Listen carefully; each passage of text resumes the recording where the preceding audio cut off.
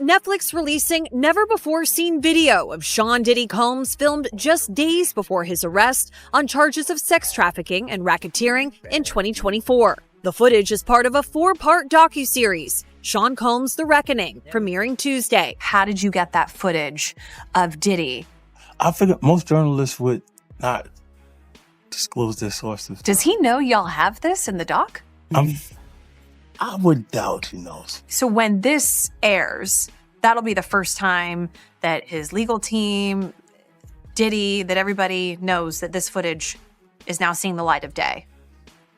Perhaps. Combs' team firing back in a statement to NBC News, saying the Netflix so-called documentary is a shameful hit piece and that they relied on stolen footage that was never authorized for release. His team sending a cease and desist to Netflix. Yes, indeed, man. I mean, had to bring you back, man. This documentary got everybody talking and people going at it. So, it was only right to bring you back and get your point of view, man. But I want to get right into it, man. 50 and Ja, how you feel about both of them going at it? You seen it? I couldn't do nothing but see it, bruh. You know what I'm saying? Because 50, tried to smash him with one of the stories that we told on Art of Dialogue before. But what people don't realize is that the story that they put out there is like that, having to have some money to keep Big and Craig Mack around before he got to Clyde Davis. You know what I'm saying? They wasn't able to tell that story because they didn't have no intel on that story or what went down, or they didn't do their investigations right, which he also led up to the reason why Wolf ain't here today. You understand? They didn't tell that story. They didn't tell a story about Jessica Rosenbaum, who was at the City College situation. You understand? When it was Puff, Heavy D, and Jessica. And that was the Valley Mob. That's the only way. Wolf ended up losing his life behind Puff and his bullshit. And people they didn't even put that in the document. Wolf ended up losing his life. The Diddy documentary has taken over headlines, sending waves of speculation across the entertainment industry and making some of its most influential figures increasingly uneasy. But years before 50 Cent ever announced his involvement in exposing Diddy, one person had already been sounding the alarm: Gene Deal. Now, Gene is stepping forward with claims that could completely reshape how people view the documentary. According to him, there were stories and footage that audiences were never allowed to see. Material that he says was intentionally left out, raising a troubling question. Why would someone creating a project focused on exposing Diddy leave out a voice that had been speaking on these issues for years? And beyond that, what information was considered too sensitive to include? This is where the situation becomes far more complicated. When viewers noticed Gene Deal was nowhere to be found in the final project, many assumed he simply declined to participate. But Gene insists that's not what happened. He claims he was originally expected to play a significant role before circumstances unexpectedly shifted behind the scenes. According to Gene, discussions had already begun. Calls were exchanged, ideas were presented, and the documentary was described as an in-depth look into an era that shaped hip-hop history. Multiple voices were expected to contribute, each offering a unique perspective on different aspects of the story, from business dealings to personal experiences and street-level realities. Together, those perspectives would have created a much broader picture. But Gene says the atmosphere changed once conversations about control and decision-making entered the equation. What initially appeared to be a straightforward collaboration became increasingly difficult. He alleges that the structure behind the documentary wasn't what he had been led to believe and that certain promises failed to align with reality. According to Gene, the influence attached to some of the names promoting the project may not have been as powerful as people assumed. And from that point forward, the entire arrangement began to fall apart. Everyone talking, man. A lot of people want to know why you wasn't in it, man. Well, first and foremost, I thought I was going to be in the documentary at first until I started talking to that director. I think her name is Stapleton, I don't know her name. The white chick, I don't know, man. Me and 50 talked like 45 minutes. The producers had been calling me and everything. So this one night, 50 called me up, and they got him on the phone. Me and him was just talking. We was talking about old times. Sit down with Black Hands. Sit down with with Puff Kids, the whole Puff situation, and this documentary that he's going to be doing. You know what I'm saying? So I told him that I was going to, have Kirk and Tim. Kirk will be the one who talk about the business part of it. Tim will be the one who talk about the growing up phase with Diddy and everything, and over there working in the record industry with him and stuff like that. They was like family. And I was going to talk about, the street stuff, what was going on with Bad Boy, with the security, with Wolf, with the city college, with the time that I knew about when I was with him up until about early 2004 or something like that. But basically the streets, and then the traveling with him and the atmosphere and everything, and then go back into the Notorious Big stuff with the Tupac and the whole 9 yards, all the stuff that I knew. You know what I'm saying? So we was talking, and he sounded like, yo, listen here, they gonna spare no expense with this whole documentary. So I said, all right, cool. So what I did was I spoke to Tim and I spoke to Kirk Burroughs. And I was like, yo, because I had Tim's number. Tim didn't know how to get in touch with Kirk. Kirk didn't know how to get in touch with Tim. But Kirk was trying to tell me, give him the number with the Tim. I said, nah, I ain't doing that. So I gave one of the producers the number in the whole 9 yards to get in touch with Tim, because I want to see him get money, because I know Tim got a hell of a story with Puff. So then I talked to Tim and I told him, yo, listen here, man, we should go in as a package deal. All three of us, we could tell a hell of a story about this whole documentary. You know what I'm saying? From front to start. And then whatever stuff that they get and everything like that. So yo, let's go in there and ask them for 50 a piece. You know what I'm saying? So Tim was like, with it, yo, Gene, whatever, go ahead like that. Kirk was like, yeah, okay, cool, Gene. It was like a general census that we was gonna do this in a whole package deal. You know what I'm saying? And then I started speaking to the producers and everything like that, because 50 had told me himself that they was going to spare no cost in doing this, because he wanted to tell the story, and he wanted to tell the story like it was supposed to be told and everything like that. I said, yeah, okay. So then the director, I got to get her name, man, because it don't even sound, I want to put her on blast, because she was telling me,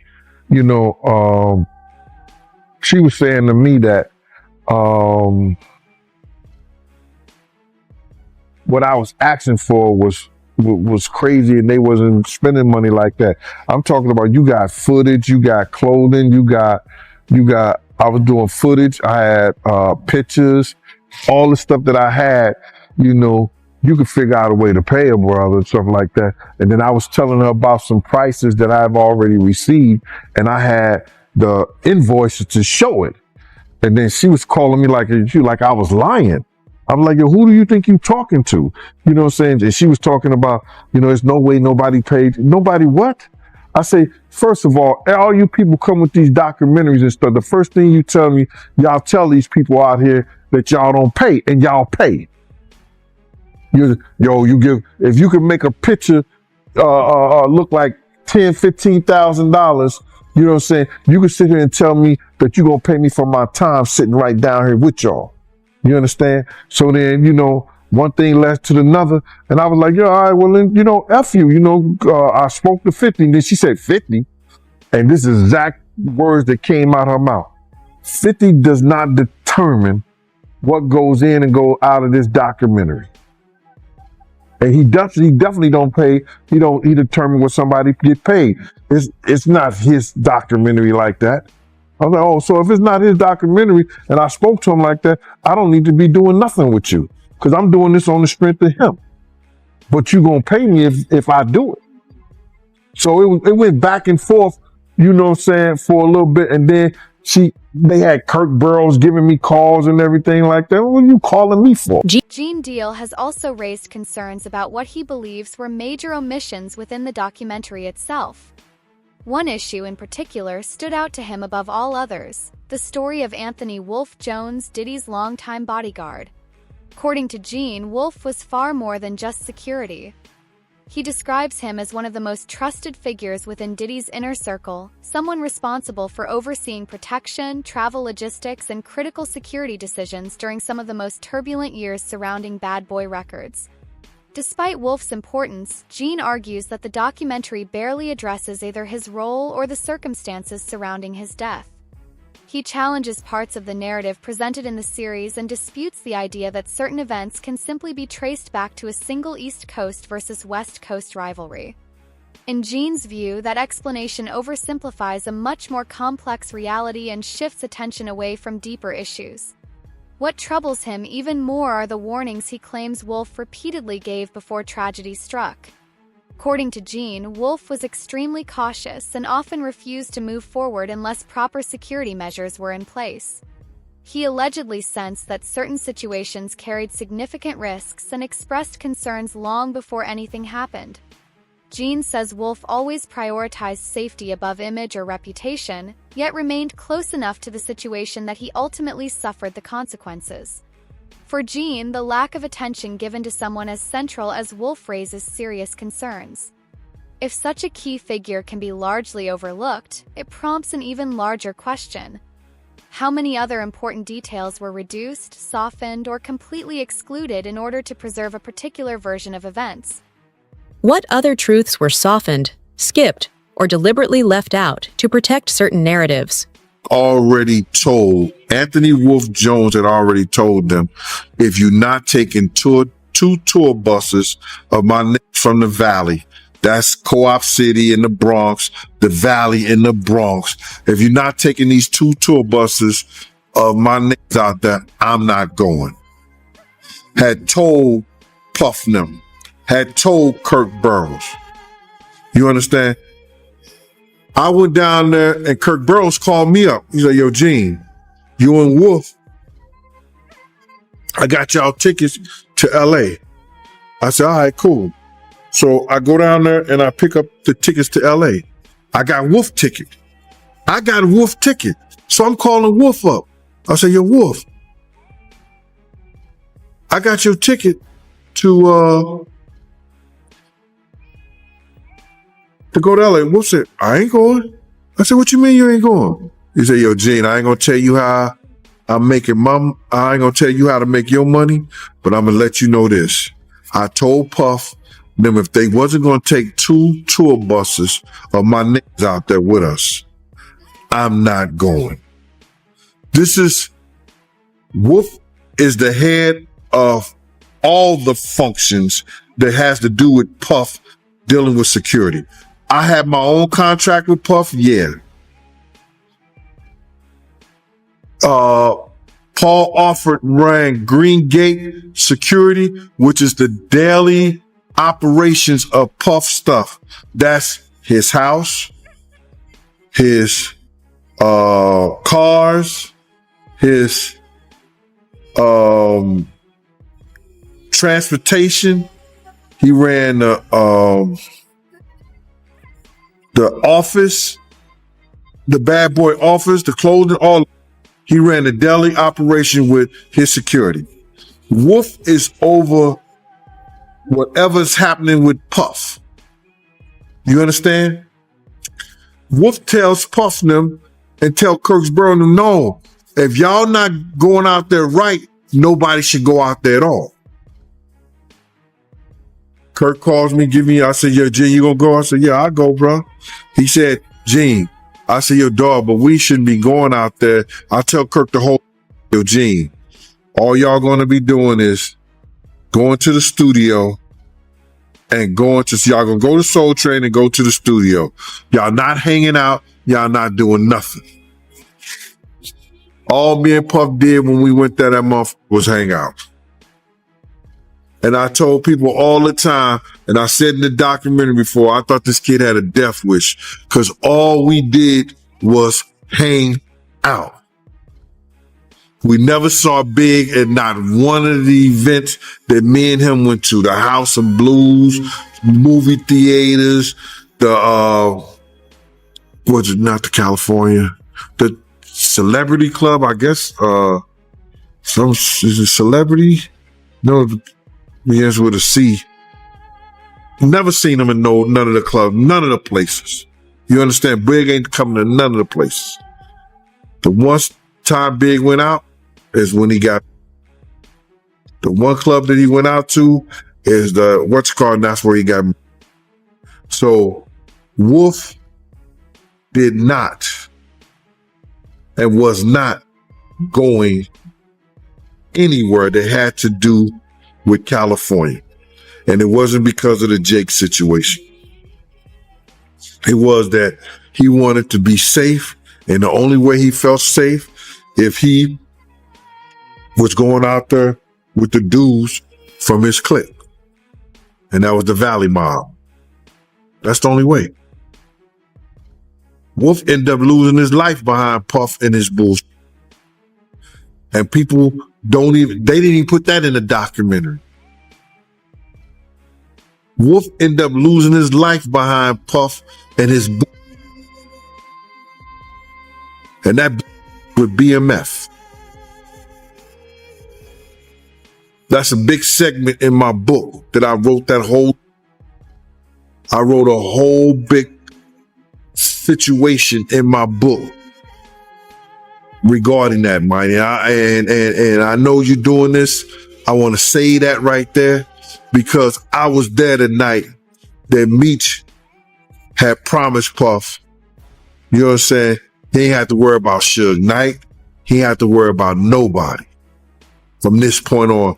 And telling Puff some shit made him think that he could talk to Wolf any kind of way. Because if anybody knew, BMF was powerful back then. They had dudes from everywhere. And Meech telling him he ain't have to worry about nobody no more. It made Puff think that he could tell Wolf that he didn't need Wolf no more. Gene also believes the documentary was filled with misinformation. Gene Deal also argues that the documentary contains numerous inaccuracies and claims that Kirk Burroughs was not entirely forthcoming throughout the series. According to Gene, Kirk was presented as a reliable source of information, but he believes several crucial details were either altered or omitted altogether. One point that immediately caught Gene's attention involved claims regarding the financing of Biggie's funeral. The documentary suggests that the expenses were covered through Biggie's own resources, but Gene questions whether the audience was given the complete story.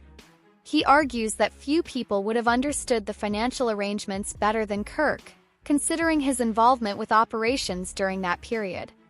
Yet Gene believes the documentary never pressed hard enough for detailed answers.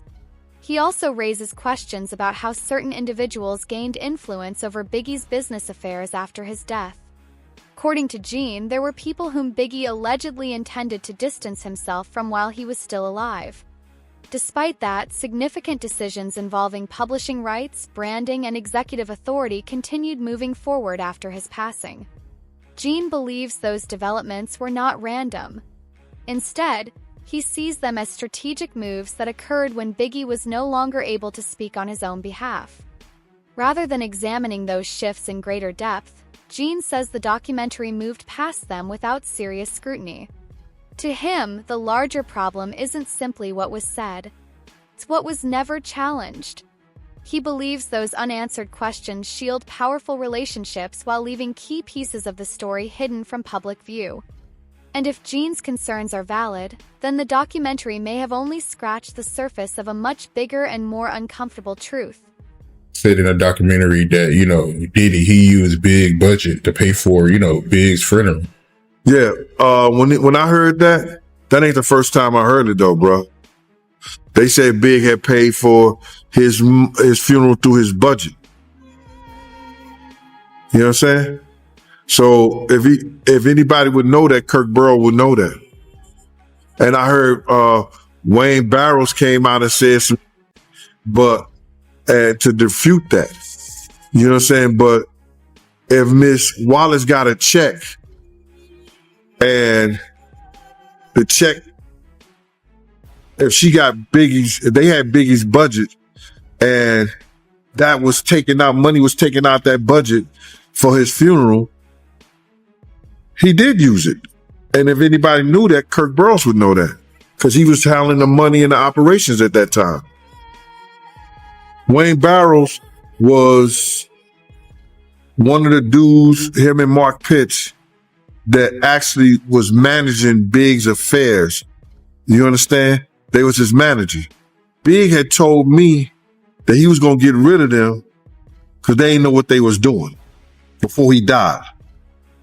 You know, I had a conversation with Big. Big said, yo, I'm getting rid of them because they didn't want to F me up because they didn't want to convince him to sell his publishing and his marketing to Puff. They was Puff boys. I guess they met in school or whatever like that. But Big was going to get rid of them. But because he died and his mother didn't know the business, she kept him around for years. If you look at anything that happened with the Notorious Biggs and his camp, you see Wayne Barrows on there as executive producer. And he was just a manager of some of Big affairs. He was executive producers of damn near everything that went on that had to do with. If Miss Wallace was the executive producer, he was the executive producer too. Look at some of the things that was done. And now he's suing, trying to get money from Faith because of, he's saying that she has to pay the Wallace estate and Miss Wallace is dead. Big is dead. If the estate is anything, it's CJ, Tatiana, and Faith. That's the estate. But he's saying it's some other kind of thing that he's suing them for. So Wayne Barrows is the dude that call it any way you want to, that's been Sherwood Forest, and he got big them in Sherwood Forest. I'm gonna put it that way. He got his estate in Sherwood Forest. Crazy, man. But yeah, Kirk Burrows, he spoke a lot in his documentary, man. He was letting everything go. He also said that, you know, Diddy, he did take the Rolling Stone cover from Big after Big died. Bruh, you have to look at his sociopath, his narcissism, and see that it shows you he really didn't care about Big like he did. What Kirk didn't tell the truth about that whole thing is that even when we was in California, Kirk tried to act like that he didn't know that Puff told him that Big wasn't going to London. I know what the question you asked, but I got to get this out, bro, is that on Thursday, me and Puff was in a limousine. Kirk Burrows was getting Puff the itinerary of what Big and what's his respect, and told him that we was leaving Saturday, this, that, and the third, the whole 9 yards. On Thursday, Puff told Kirk Burrows, Big ain't going nowhere. He told him that Thursday, Big was not going nowhere. He said, I don't care what you do. You could go do whatever you want to do, but Big ain't going nowhere. Kirk Burrows was telling him how he had set up this whole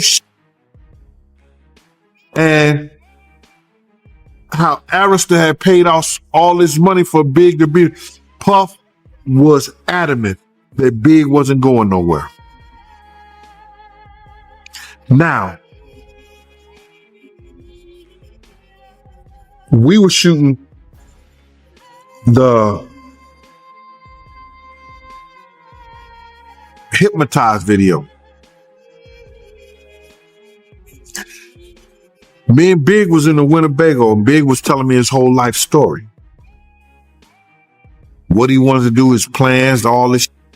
He even say, yo, Gene, I would take you with me, but you love that nigga too much. Nigga, I don't love nobody like that too much. What's up? He said, yo, what's up with the money? I said, nigga, you broke. You know what I'm saying? You owe Mike Gadget 30,000 for, I'm just going in on Big, and we just talking all kind of smoking